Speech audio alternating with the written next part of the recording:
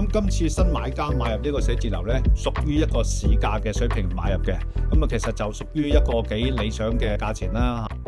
市場成交你要知，中環寫字樓最近有個蝕讓個案，原業主咧係印度商人，到底對核心區寫字樓有冇咩啟示呢？即刻同你拆解。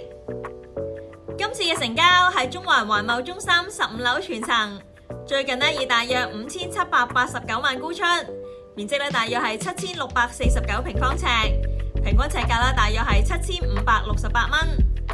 根據資料顯示，原業主2011年分開多次購入，總共以大約7826萬購入全層單位，即係是次成交蝕幅大約26%。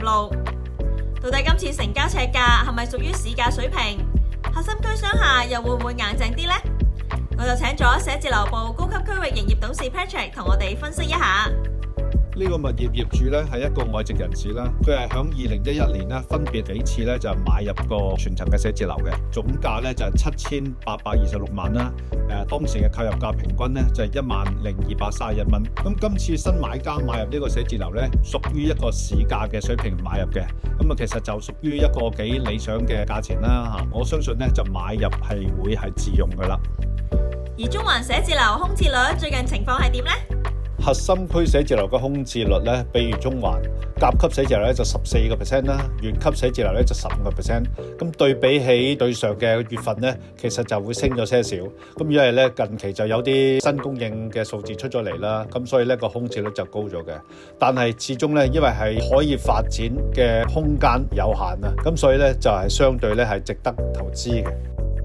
如果投資者或者用家想揾核心區中環、金鐘一帶嘅寫字樓，Patrick 就話而家嘅物業選擇同價格上有優勢。